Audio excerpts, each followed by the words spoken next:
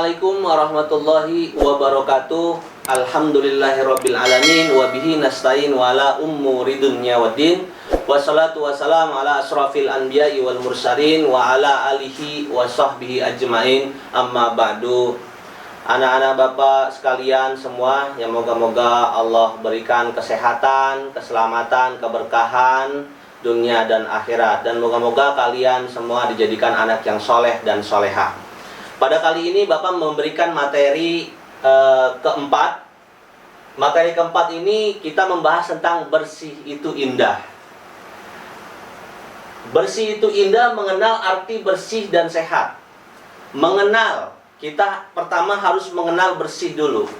Bersih, kalau kita sudah bersih, insya Allah kesehatan kita akan selalu terjamin. Nah, bersih ini banyak sekali. Bersih, ada suci, ada hadas. Ya. Ada bersih, ada suci, ada hadas. Bersih belum tentu suci. Suci belum tentu bersih. Karena kenapa? Bersih itu hanya terhindar daripada kotoran. Ya. Kalau suci terhindar daripada najis. Nah, kalau bisa semuanya itu bersih dan suci, kita harus ada di situ semua. Tatkala kita bersih, terhindar daripada kotoran, lalu kita mensucikan diri daripada najis-najis, ya. Nah, najis ini juga nanti kita bahas selanjutnya setelah kita membahas hadas terlebih dahulu. Hadas itu terbagi menjadi dua, yaitu hadas kecil dan hadas besar. Hadas itu yang bisa kita kenal sebagai dia itu najis juga, akan tetapi dia mempunyai karakter kecil dan besarnya. Nah, hadas kecil itu kategorinya ialah kita buang air kecil, buang tinja, BAB, itu juga kita termasuk hadas kecil. Dan cara membersihkannya yaitu kita cukup mengalirkan air. Mengalirkan air dari air mutlak, air yang bersih, untuk kita bersihkan sampai hilang baunya, bentuknya, rasanya, semua sampai hilang seperti itu. Dan juga kalau kita membersihkan hadas besar itu kita harus melewati dengan mandi, yaitu yang dinamakan mandi junub. Nah, mandi junub ini, mandi besar ini, hadas besar ini, apabila laki-laki, dia biasanya dalam keadaan keluar di saat dia bermimpi. Keluar mani di saat dia bermimpi. Apa itu Pak mani itu? Mani itu yang tatkala keluar itu menimbulkan kenikmatan. Tatkala keluar menimbulkan kenikmatan. Biasanya pihak laki-laki itu mengeluarkannya di saat dia bermimpi, ya. Kalau kalian nanti bermimpi mengeluarkan secara kenikmatan, maka kalian harus wajib mandi junub, yaitu mandi besar. Dan bagi yang perempuan ialah itu dia bisa tergolong pada haid nifas, ya. Tatkala lagi haid, nah haid itu bersih. Nah, bersihnya itu kita harus mandi junub dulu. Terus juga nifas. Setelah habis nifas itu lahir. Biasanya kalau perempuan tuh hamil, lahir. Nah, setelah lahirnya itu dia mempunyai nifas, jangka waktu bersih. Setelah bersih dari nifas itu adalah dia harus mandi junub atau mandi besar. Bagaimana cara mandi besar? Niatnya kalian harus bisa niat mandi besar, yaitu nawaitul gusla liraf'il hadasil akbari fardha lillahi ta'ala, ya.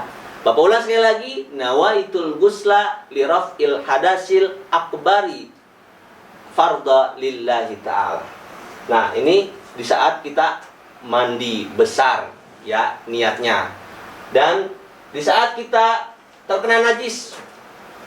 Najis itu harus dengan membersihkan air mutlak. Air mutlak itu banyak macam-macamnya. Ada air mutlak itu bisa jadi air sumur yang di keran itu, air dari mata air salju, air hujan, air yang mengalir, yang bersih.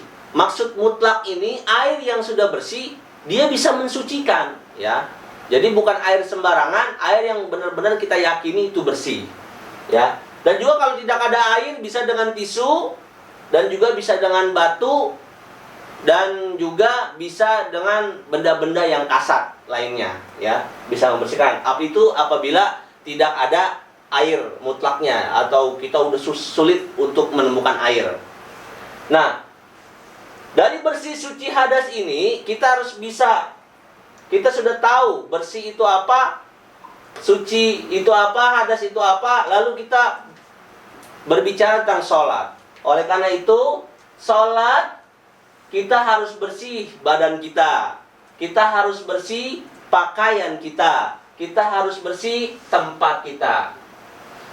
Nah, di saat kita sholat, badan, pakaian, tempat itu harus bersih, suci dari hadas dan najis. Ya, di saat kita sholat. Oleh karena itu kita harus bebersih dulu, bersuci terlebih dahulu. Bersucinya sholat itu dengan apa? Sholat itu ialah dengan berwudu. Kita harus senang berwudu. Insya Allah kalau kita rajin berwudu juga akan menimbulkan sehat. Karena wudu itu membasuh segala anggota-anggota, sebagian anggota-anggota tubuh kita itu bersih dengan wudu. Nah, wudu itu dengan apa? Dengan air yang mutlak yang tadi Bapak sebutkan. Air mutlak itu banyak ya, air hujan, air dari mata air salju, air sumur. Ya, itu yang biasa kalian pakai itu air ledeng, keran, itu bisa buat untuk berwudu, ya. Nah, kalau tidak ada air mutlak, berwudu ini akan terganti dengan tayamum, ya. Berwudu akan terganti dengan tayamum. Tayamum ini, syarat-syarat tayamum ialah apabila tidak ada air. Sudah kemana-mana kita tidak ada air, udah berusaha mencari, sedangkan waktu sholat sudah mau habis. Nah, kita boleh bertayamum. Dan juga syarat kedua ialah sedang sakit. Kita punya sakit, apabila kalau terkena air, sakit itu akan tambah parah. Nah, boleh juga dengan tayamum. Terus juga dalam perjalanan musafir, kita dalam kereta atau bis atau di pesawat, kita juga bisa dengan tayamum. Nah, sebelum kita ke tayamum, kita berwudu dulu. Berwudu ini kita sering sekali melakukan kebersihan dengan wudu, yaitu air, ya, air mutlak. Pertama, kita harus benar-benar membaca basmalah. Bismillahirrahmanirrahim. Dianjurkan kita berkumur-kumur 3 kali, lalu membersihkan hidung 3 kali.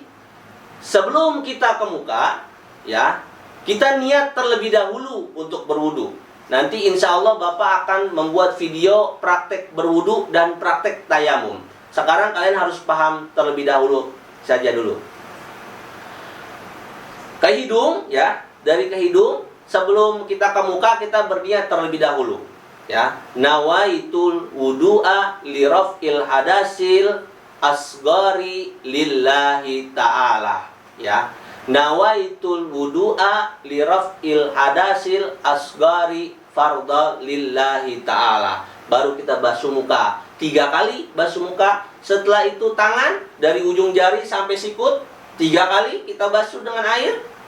Kiri kanan, terutama utamakan yaitu kanan terlebih dahulu dalam memulai berwudu. Setelah kita mengusap tangan, kita mengusap kepala. Sebagian kepala kita basuh dengan air 3 kali. Setelah kepala, kuping dianjurkan dibasuh 3 kali, dibersihkan, ya. Setelah kuping, kita membasuh kaki. Dari ujung kaki sampai mata kaki. Kalau tangan dari ujung tangan sampai sikut. Jangan begini-begini saja, tapi sampai sikut dikenakan, ya. Dan tayamum. Tayamum ini apabila tidak ada air. Tayamum, niatnya tayamum ialah nawaitu tayammuma li istibahatis sholati fardhul lillahi ta'ala. Bapak ulang sekali lagi untuk niat tayamum. Nawaitu tayammuma li istibahatis sholati fardhul lillahi ta'ala. Nah, tayamum itu dengan apa? Dengan debu, ya. Bukan berarti debu itu harus kalian kumur-kumur, enggak. ya habis semua mulut kalian dengan debu. Bukan. Akan tetapi cukup kalian itu membasuhnya dengan sekali usapan. Muka dengan tangan saja. Apabila kalian sedang di pesawat misalkan, atau di kereta, atau di bis duduk, biasanya di bangku, atau di jendela, atau di hordeng-hordeng, atau dimanapun itu tidak ada air ya. Di saat tidak ada air, intinya tidak ada air. Nah, di saat seperti itu kita boleh membasuh. Cara praktek tayamum, kita basuh tangan kita, kita kenakan tempat yang kita anggap itu ada debunya, lalu kita usapkan ke muka, seluruh muka. Setelah itu kita tepakkan lagi, kita usapkan ke kanan, tangan kanan dulu terlebih dahulu sampai sikut, balik lagi. Nah, debu yang sebelah kanan kita balikan lagi ke sikut, baru kita kembalikan lagi. Setelah itu sudah selesai kita menggantikan wudhu dan bisa untuk buat sholat atau beribadah yang lain-lainnya. Semoga bermanfaat penjelasan Bapak kali ini. Mudah-mudahan kalian bisa memahami. Hadanallah wa iyyakum ila siratal mustaqim. Wassalamualaikum warahmatullahi wabarakatuh.